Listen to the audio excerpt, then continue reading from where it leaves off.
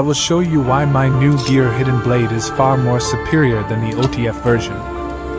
This is a normal OTF knife. As you can see, it will stop working when the blade is blocked. The OTF design is not a good way to transfer power to the blade because the spring does not push the blade all the way.